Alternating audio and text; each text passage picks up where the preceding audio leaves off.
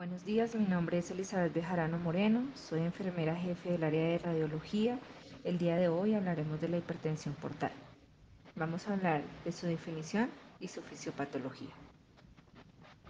Primero, ¿qué es la hipertensión portal? Tenemos el esquema del sistema portal, formado por los vasos sanguíneos que van a venir del sistema gastrointestinal y de la vena esplénica. Todo va a drenar a la vena porta, lo cual va a atravesar el hígado y va a tener sus divisiones y van a confluir estas en la vena hepática y todo va a drenar en la vena cava inferior. Entonces, la hipertensión portal sería el aumento de la presión en cualquier parte de este sistema o cuando el gradiente de presión venosa hepática es mayor a 5 milímetros de mercurio, el cual va a depender de la presión de la vena porta o la vena cava inferior. A nivel normal, esto normalmente está en un valor entre 3 y 5 milímetros de mercurio. Superior a esto, hablaremos de hipertensión portal, pero para que ya tengamos manifestaciones clínicas, tiene que ser mayor o igual a 10 milímetros de mercurio. Este gradiente de presión venosa hepática, según la ley de Ohm, va a estar determinado por dos factores, por el flujo y por la resistencia. Entonces, tendríamos que al menos uno de ellos tendría que estar aumentado para tener una hipertensión portal. O bien el aumento en el flujo o bien el aumento en la resistencia. O tener una patología como la cirrosis, donde están aumentado el flujo y la resistencia. El aumento del flujo va a producirse cuando hay una vasodilatación periférica o una vasodilatación esplénica. Esta se vasodilata y tendríamos un hiperflujo. Y un aumento en la resistencia puede ocurrir si hay un obstáculo en cualquier parte del sistema venoso o el sistema porta, el cual me va a generar un aumento de la resistencia, o si hay una alteración en los vasos sanguíneos, una alteración en la morfología o una alteración en el parénquima hepático. Entonces, otra forma de clasificar o otra forma de entender la hipertensión portal es si lo evaluamos a nivel prehepático, a nivel hepático o a nivel poshepático. A nivel prehepático, ¿qué podemos decir? Esto ocurre si tenemos una trombosis en la vena porta o una trombosis en la vena esplénica. Esto me va a condicionar que aumente la resistencia. Y a nivel hepático, si tenemos una enfermedad, me va a dañar el parénquima hepático, como es el caso de la cirrosis. Va a haber una fibrosis y va a haber unos nódulos de regeneración. Y esto me va a condicionar a dos cosas: que la microvasculatura se va a ver afectada, lo cual va a causar un aumento de presión y también que va a haber una alteración del endotelio. Los factores que van a contribuir a una dilatación van a estar disminuidos y los que van a contribuir a una constricción van a estar aumentados. Va a haber un desbalance. Entonces, en términos generales, aumenta la resistencia por alteración de la microvasculatura y porque va a haber una vasoconstricción. Esto ocurre, como ya lo mencioné, en la cirrosis, o también tenemos casos como esquistosomiasis o enfermedades veno-oclusivas. Si hablamos de hipertensión portal a nivel poshepático, lo más representativo es la obstrucción del drenaje venoso. Esto ocurre si hay una trombosis, como por ejemplo a nivel de las suprahepáticas.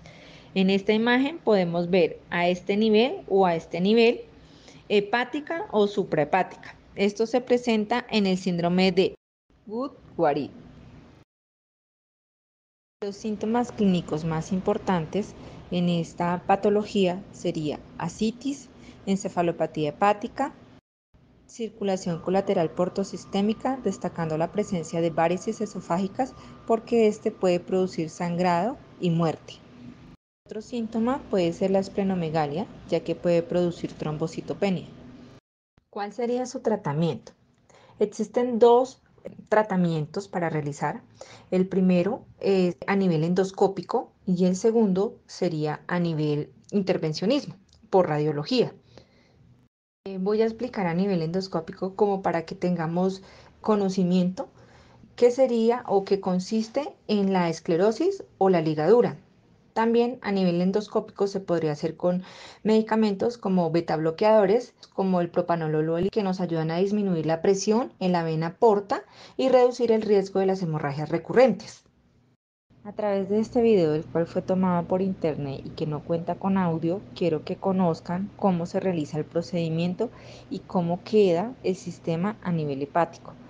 La idea es derivar la circulación portal a la circulación sistémica, es decir, a la vena hepática o a la vena cava inferior, con el fin de disminuir la presión y mejorar el flujo. Debemos saber que cuando un paciente es programado para una derivación portosistémica intrahepática transyugular o TIPS, se deben tener ciertas indicaciones para este procedimiento. El primero es que debemos contar con un anestesiólogo con su debida valoración. También en estos momentos de pandemia debemos tener en cuenta el reporte de la PCR, los laboratorios como los tiempos de coagulación. Se debe también tener reserva de hemoderivados, ya que como podemos ver en el video, es un procedimiento directamente invasivo en el hígado, donde lo que se trata es de conectar, o sea, como abrir un canal donde me permita reducir la presión de las venas y controlar las hemorragias y controlar las varices esofágicas. También debemos contar con una unidad de cuidados intensivos en dado caso que el paciente la requiera.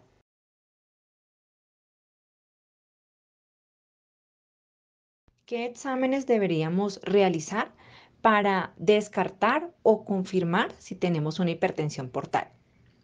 Primero, la evaluación de la historia clínica del paciente, un examen físico, unas pruebas de sangre. Este examen se realiza a nivel de radiología. Tenemos el ultrasonido Doppler, tenemos el TAC y tenemos la resonancia magnética.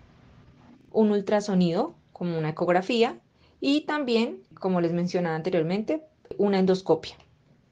En de las pruebas sanguíneas debemos conocer que lo importante es saber cómo está la función del hígado. Existen varias pruebas sanguíneas, pero las que tenemos que tener en cuenta son las transaminasas, el asparto de transaminasa, la fosfatasa alcalina, las albúminas, la bilirrubina, el lactato de deshidrogenasa, los tiempos de protrombina.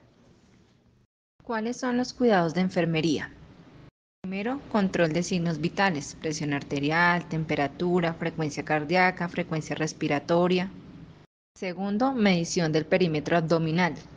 Informar de forma clara al paciente y su familia sobre la enfermedad y sus cuidados. Control de ingesta y excreción de líquidos. Uso adecuado de fármacos. Apoyo emocional al paciente y su familia. Vigilar presencias de sangrado, equimosis, epístasis, petequias o gingivorragia. Tener una alimentación balanceada, higiene estricta. Las normas de asepsia han de ser extremadamente estrictas en cada una de las técnicas que se realicen para el paciente. El reposo favorece a la recuperación tisular hepática y a la absorción de líquidos asíticos.